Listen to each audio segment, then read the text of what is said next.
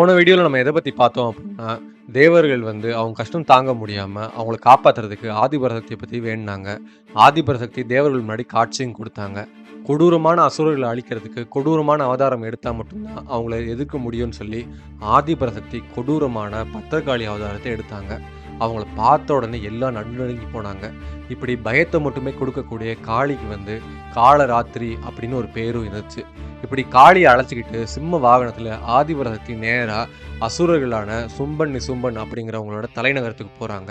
அங்க இருக்கக்கூடிய ஒரு அழகான நந்தவனத்தில் உட்காந்து அவங்க இனிமையான கானங்கள் பாட ஆரம்பிக்கிறாங்க. அவங்களோட பாட்டை கேட்டு பறவைகளும் மிருகங்களும் ஒரு மதிமயங்கி நிக்குது. அங்க இருந்த எல்லாமே அவங்க சுத்தி சுத்தி வருது. இது அந்த சமயத்துல பார்த்த சண்டன் முண்டன் அப்படிங்கிற அசுரகுமாரர்கள் நேரா போய் அவங்க ராஜனான சும்பாசுரன் கிட்ட போய் சொல்றாங்க. அந்த பெண்ணோட அழகை பத்தி அவங்க வர்ணிக்கிறாங்க. இதை கேள்விப்பட்ட உடனே சும்பராஜனுக்கு அந்த பெண்ணை எப்படியாவது திருமணம் செஞ்சுக்கிட்டே ஆகணும் அப்படின்னு சொல்லி அவங்களுக்கு ஒரு ஆசை வருது.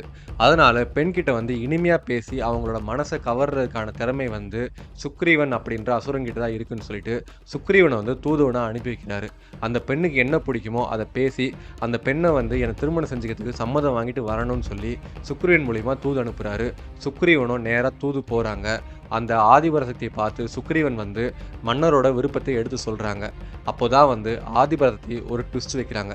என்ன அப்படின்னா, அவங்க சொல்றாங்க, நான் சின்ன வயசுல இருக்கிறப்போ என்னோட தோழிகிட்ட ஒரு சத்தியம் கொடுத்திருந்தேன். அது என்ன அப்படின்னா, நான் போர்க்கலைகளை கத்துருக்கேன். என்னோட போர் பண்ணி யார் என் பலத்தை ஜெயிக்கிற வல்லமை இருக்காங்களோ அவங்கள நான் திருமணம் பண்ணிப்பேன் அப்படின்னு சொல்லி சத்தியம் பண்ணியிருக்கேன். அப்படி உங்க அரசன் என்னோட போர் பண்ணி என்னை ஜெயிக்க முடியும் அப்படின்னா, என்னை ஜெயிச்சதுக்கப்புறம் தாராளமாக என்னை கல்யாணம் பண்ணிக்கிட்டோம். அவங்க போரில் என்னை ஜெயிச்சுட்டு அதுக்கப்புறம் என்னை கட்டழகுல என்னை கட்டி தழுவிக்கிட்டோம். அதுக்கு எனக்கு எந்த ஆட்சேபனையும் இல்லை அப்படின்னு சொல்லி அவங்க சொல்கிறாங்க. இதை கேட்ட உடனே சுக்ரீவன் அதிர்ந்து போகிறாரு. சுக்ரீவன் இதை எடுத்துகிட்டு போய் சும்பாசுரன் கிட்ட போய் சொல்லுவாரா மாட்டாரா, சும்பாசுரன் போருக்கு வருவாரா அப்படிங்கிற பற்றி நம்ம ஃபுல்லாக தெரியணும் அப்படின்னா இந்த வீடியோ ஸ்கிப் பண்ணாமல் முழுசாக பாருங்கள்.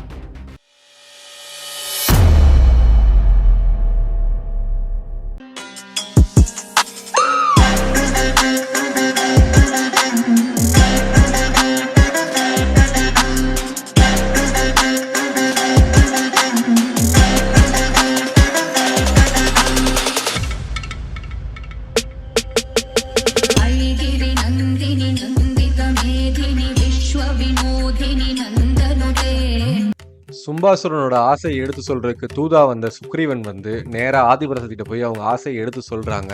அந்த சமயத்துல ஆதிபராசக்தி என்ன சொல்றாங்க அப்படின்னா, நான் சிறு வயதிலே என்னோட தோழிகிட்ட நான் ஒரு சத்தியம் பண்ணியிருந்தேன். அதாவது என்னை யாரு போர்ல ஜெயிச்சு என் பலத்தை விட சிறந்த பலசாலியா இருக்காங்களோ அவங்களதான் நான் திருமணம் பண்ணிப்பேன்னு சொல்லியிருக்கேன். அதனால என்னோட சபதத்துக்கு நான் உண்மையா இருக்கணும்னு நினைக்கிறேன். நீ நேரா போய் உங்க அசுரராஜனான சும்பாசுரன்கிட்ட போய் சொல்லு, என்னோட போர் பண்ண சொல்லு. போர்க்களத்துல என்னை விட பலம் வாய்ந்து அதிகமான பலத்தோட அவர் என்னை ஜெயிச்சிட்டாரு அப்படின்னா என்னை கட்டி தழுவுறதுல எனக்கு எந்த ஒரு ஆட்சேபனையும் கிடையாது. அவர் என்னை பட்டத்தரசியா வச்சுட்டாலும் சரி, இல்லை அந்தப்புற அழகியா வச்சுட்டாலும் சரி, எதுவாக இருந்தாலும் அது அவரோட விருப்பம். ஆனா அவர் போர்ல என்னோட ஜெயிக்கணும், அதுதான் என்னோட ஒரே நிபந்தனை அப்படின்னு சொல்லி சொல்றாங்க. இதை கேட்ட உடனே சுக்ரீவன் அதிர்ந்து போறாரு. என்னடா இது, தேவர்களை மொத்தமா பந்தாடி தேவலோகத்தையும் தன்னோட காலுக்கு அடியில போட்டு வச்சிருக்காரு. அசுரலோகத்தையும் சரி 14 லோகத்தையும் அவரோட காலு கீழே போட்டு அவர் ஆட்சி பண்ணிட்டு இருக்காரு. இப்படி இருக்கக்கூடிய ஒரு மிகப்பெரிய வீரன் தெரிஞ்சும் இந்த பெண் இப்படி பேசுறாளே அப்படின்னு சொல்லி அவர் மனசுல நினைச்சுக்கிட்டு அந்த பெண்ணை பார்த்து அவங்க சொல்றாங்க, உங்களுக்கு அறிவு அப்படிங்கிறது இருக்கா, இல்லை நீங்க அறிவு இல்லாத மாதிரி நடந்துக்கிறீங்களா?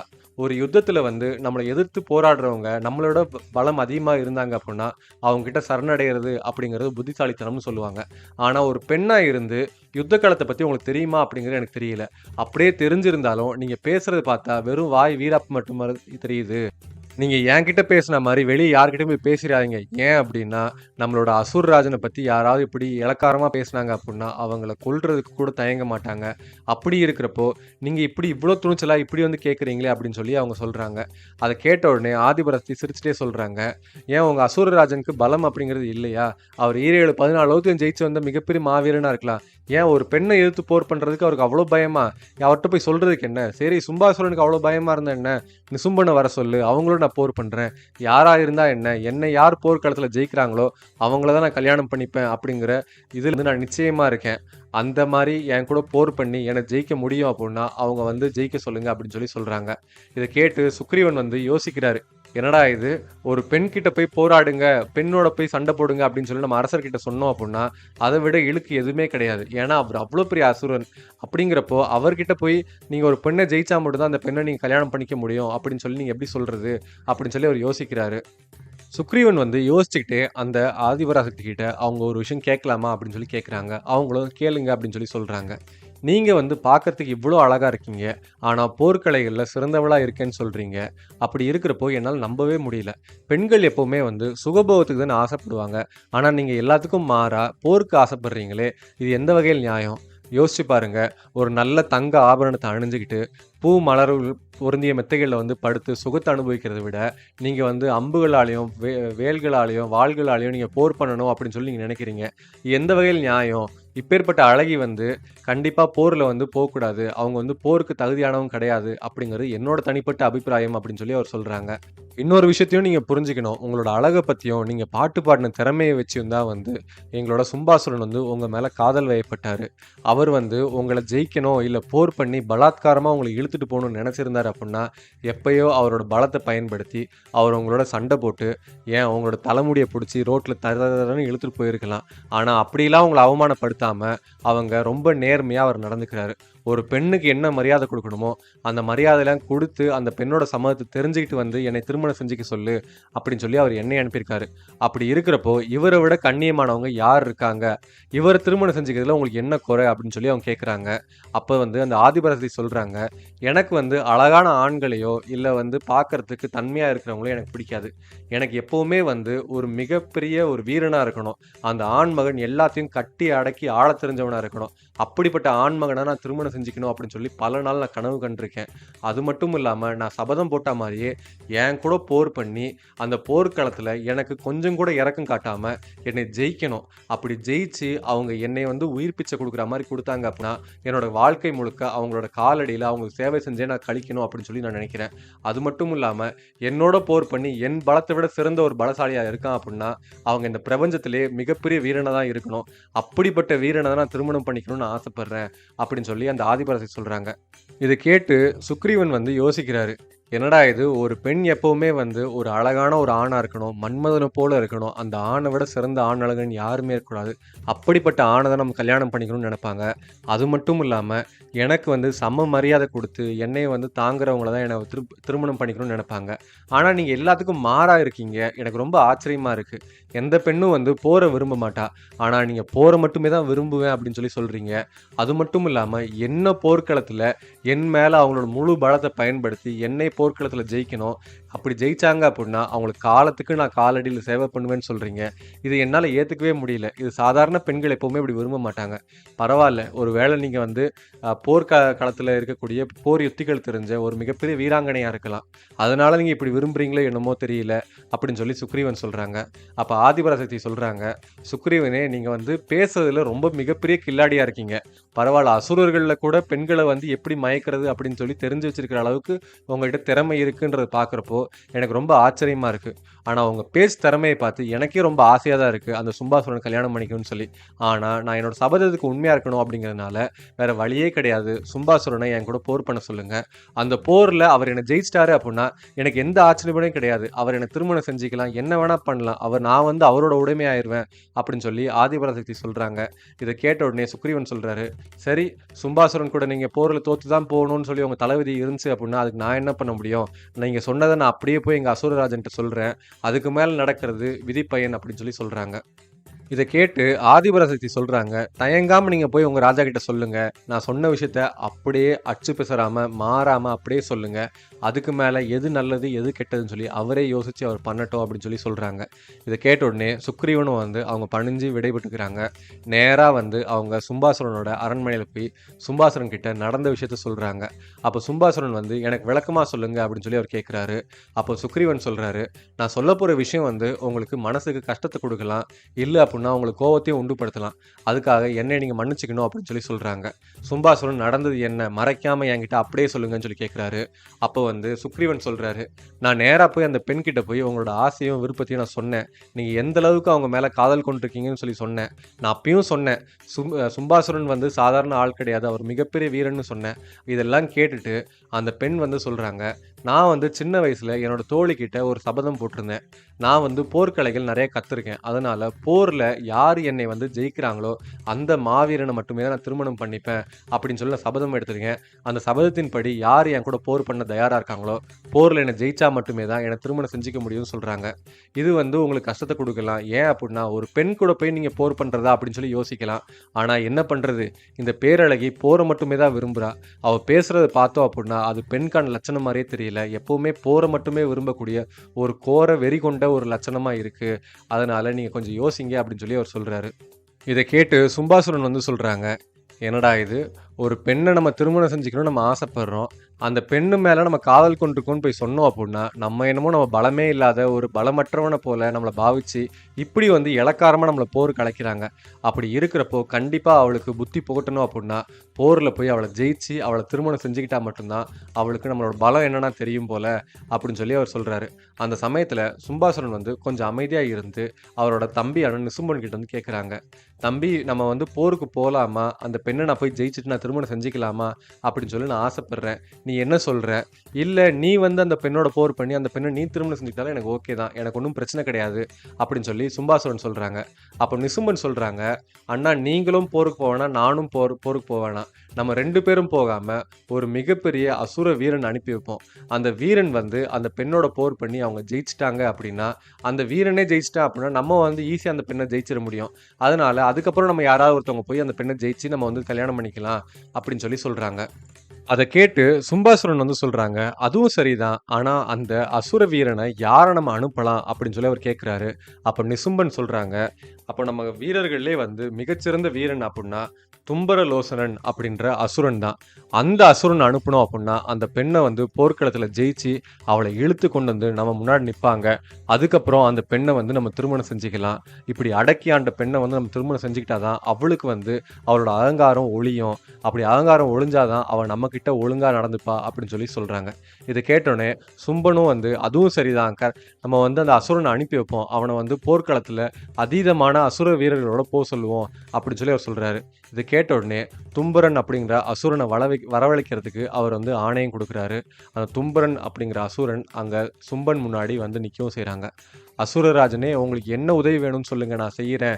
நீங்க கட்டளையிடுங்க. உங்களுக்கு கட்டளையை நிறைவேத்துறதுக்கு தான் நான் இருக்கேன் அப்படின்னு சொல்லி தும்பரன் வந்து சொல்றாங்க.